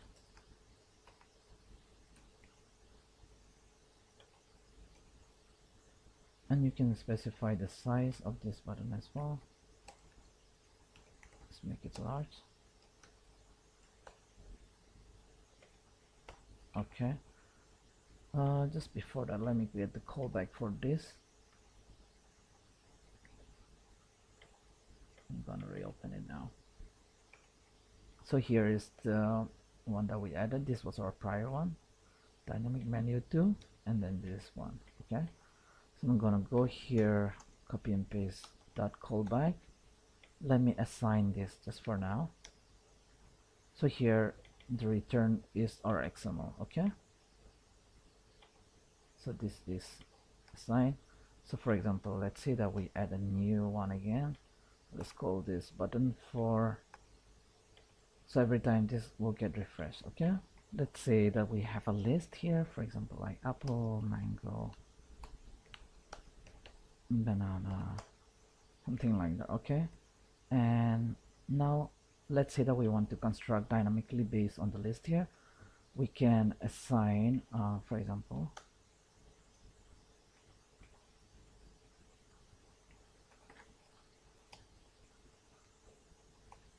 let's call this something like this, and then string, and then we'll just get a last row. This will be based on a column. Okay, so a, and then rows dot count.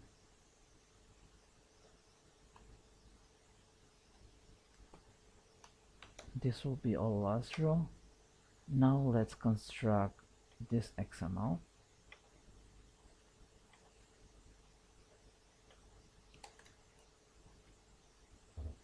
Let's quickly construct one XML by looping through.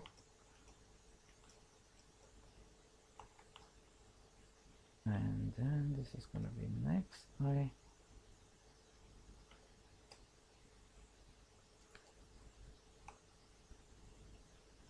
Now this one will go up here, and then our XML menu will go down here. This will return as this. Now instead of this,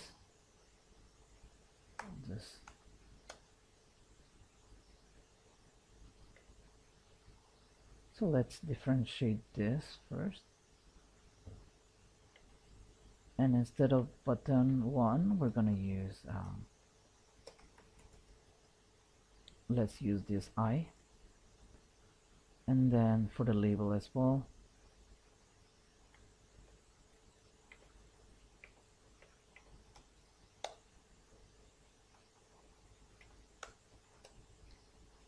we'll make this string, and then our n XML is gonna be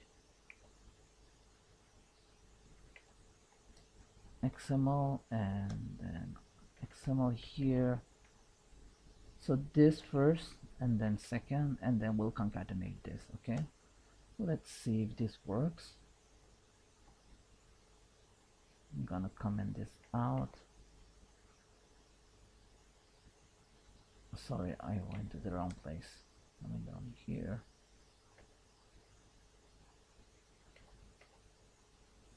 Okay, so I'm gonna point it to the new XML that we just constructed. Not quite yet. I think we have to specify it differently. So this button, so we'll try to maintain the same syntax, button, and then I, like this. Okay, now instead of button here, we can directly reference to this cells I, and then first column dot value. should be working now. Okay, so this menu is dynamically being pulled from here. So let's say we have another fruit, maybe grapes. Yeah, and let's say we have strawberry. Yeah, something like that. Okay, so now we're gonna take a step further and then add, like sub menus, and then we'll like explore more controls. So going back to our topic here, we can add menu, and then first we'll add the menu separator. Open this in new tab. Let's see how this looks like. Okay, so menu separator is basically this. Now if I want to add the menu separator in between, this part is going to be a bit tricky. We'll have to put an if condition, for example.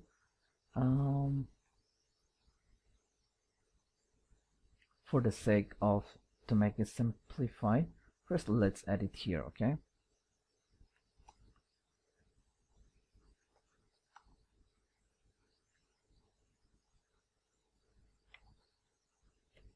like this. So I'm gonna change this again to single quote, and then make this to double quote, and then like this. Okay, now let's see. We'll have to reopen this file.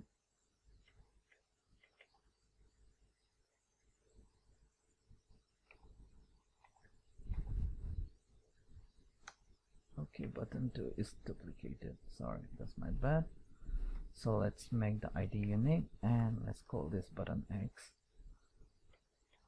Okay, let's restart the file. Okay, so this is the separator that we just added. As you can see, this is above button 3. Okay, that's a separator.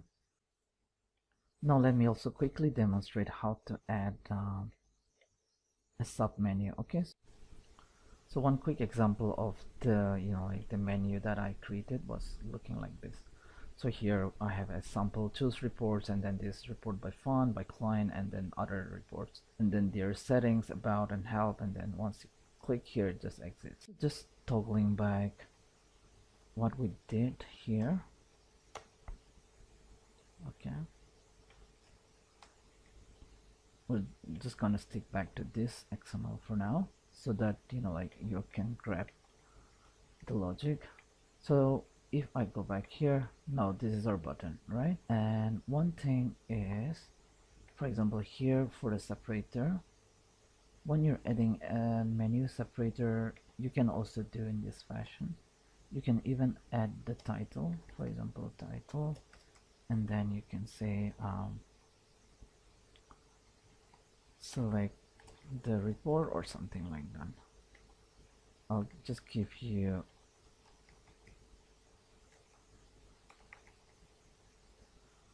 come here, so you can also put a title for that separator. In this scenario it was just a line here, okay, but you can also do this.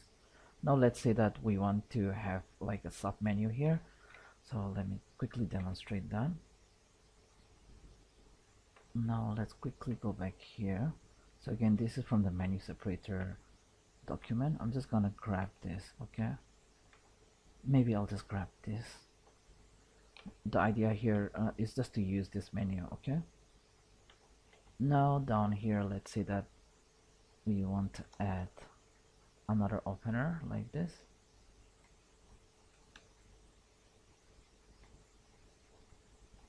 And then from what we copied, let's replace double quote with single quote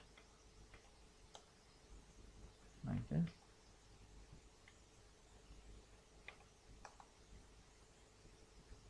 So basically here is where our menu is starting, a new menu, okay, like this. Let's call this menu X, and let's call this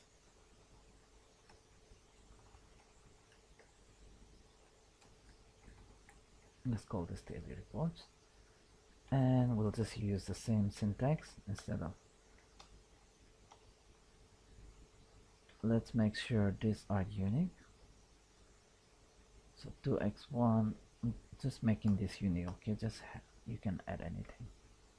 So let's say this x1, x2, x3. These namings that might not make sense to you now, but just to give an idea.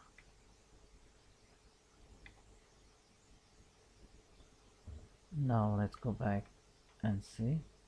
So here is the sub menu, okay, and this smiley icon, you can definitely change that. And then let's say once you're able to replicate this like this, you can, you know, like keep on inserting these menus like this. You can just copy that block, and then you can just make sure the ID is unique, and then IJK. Let me just do something like this. So here, okay, let's call this monthly report, something like that. Yeah, so wherever you want this menu to be, you insert it between those lines. Just ensure that the IDs are unique so that there is no error. Okay, more buttons. Now let me insert one more menu inside of the sub menu. Okay, like this.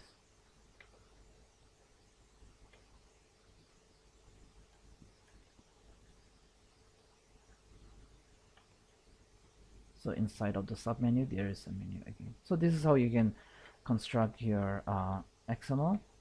Now that you got the idea, you can easily construct this for yourself. Again, this I'm gonna add you know, a link so that you can download this. But again, the best thing will be just to copy, you know, like this you know, a sample code which is presented here, and then you can play around further by yourself. Okay, so now we are done with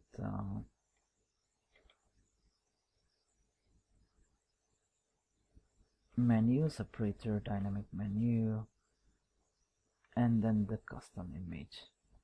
So let's have a quick look at this Dialog Box Launcher. So the example of this Dialog Box Launcher is, for example, like you can specify if there are more options that the user can go to. For example, it'll look like this. So it's, you know, like once you click on this, then it will give you more, you know, like options for that particular group. Okay, so that's example of a Dialog Launcher. Another one is here. Okay, so if you want to add something like that for yourself, you can use this option. So here's an example. Let me copy this, and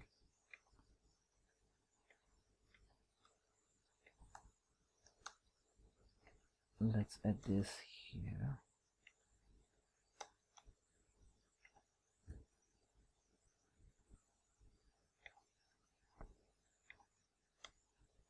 Okay, or we can even have this included in our menu here like this. Okay, now we can also put an action on action. Let's say that dialog macro or something like that. Now let me get the callback.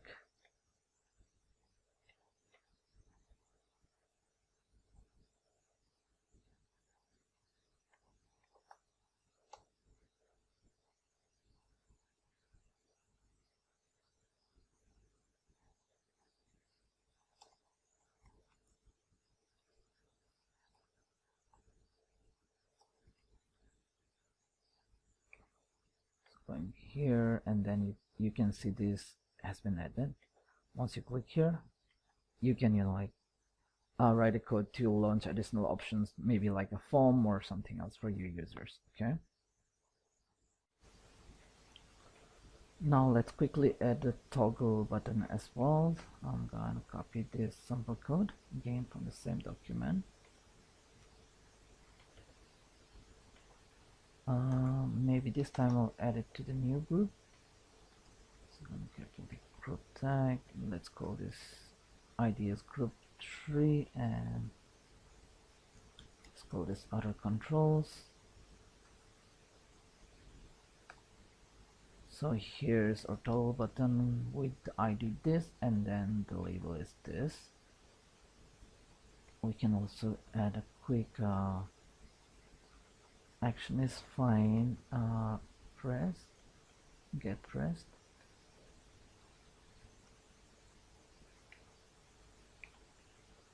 So whenever it get pressed, this code is gonna run, and let's add this as well. On action,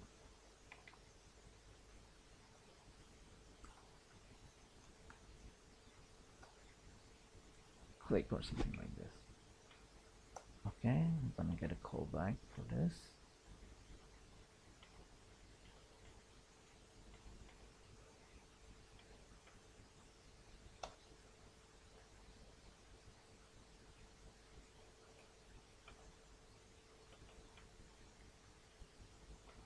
Now if I'm not mistaken, if you return this here as true, it's gonna open up as being toggled to true, yeah.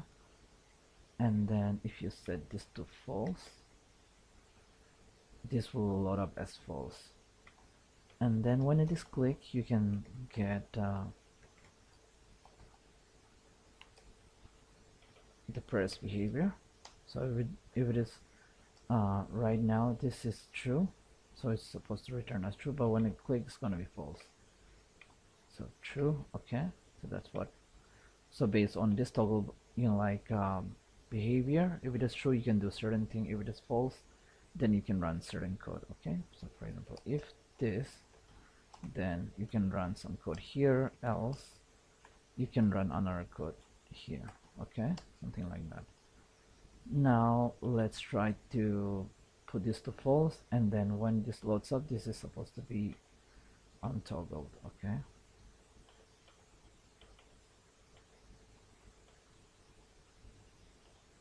So this is not toggled. Now the last thing, I think this button group and all, they're really simple. Let's do the checkbox, okay, and then we'll be done for this video. So going back to the material, checkbox. So again, the syntax is really simple. Let's add this to the box here, and let's use this same callback. Okay, I will call this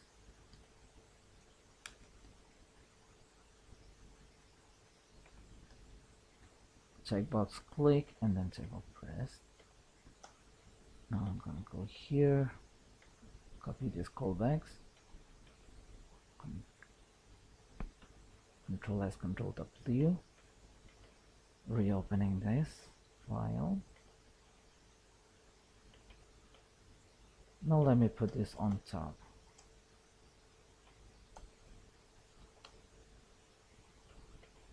Okay, so here is the toggle button, this is checkbox. Okay, so now this is how you can use a checkbox. Now if you want, to be able to run your code to update this checkbox or uncheck it when it's open, or later on, you can run your own program to change the behavior of this, the properties. So in order to do that, we can quickly use the code that we wrote yesterday. So here we'll replicate this. Okay, we'll replicate this block. So let's call this as the checkbox as boolean.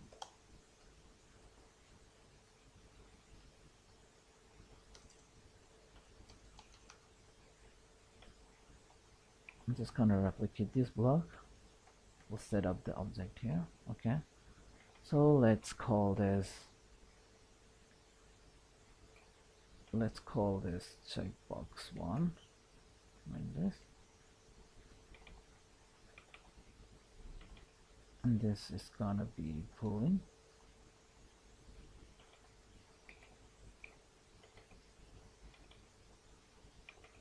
This is fine, and now this can come here. Okay, so now we're gonna go back here and we can use this like we did it for the edit box for this, for example. So we can let's copy this to where our checkbox returns are there and paste it here.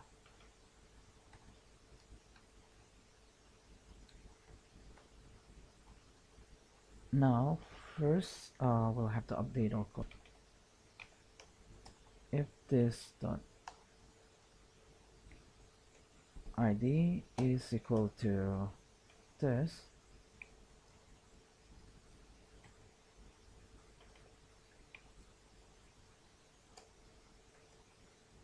then this is where we mention this workbook dot Excel checkbox 1. Okay, now we have linked the element to the code, and here we can just maybe message box what was pressed. Okay, now let me quickly restart this file. Okay, so now we should be able to change the value of this checkbox.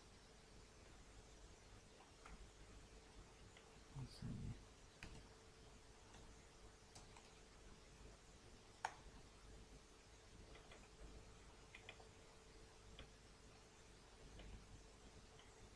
So it's true, false. Okay, so that's how you can do it. And not sure why this code did not run. Should give us, oh yeah, there it is. Okay, so that ran only when you actually click it, not when the value got changed. Okay guys, that's all for now. If you found the video informative, please leave a like and subscribe to my channel for upcoming videos. Thank you so much for watching. Have a good day. Bye bye.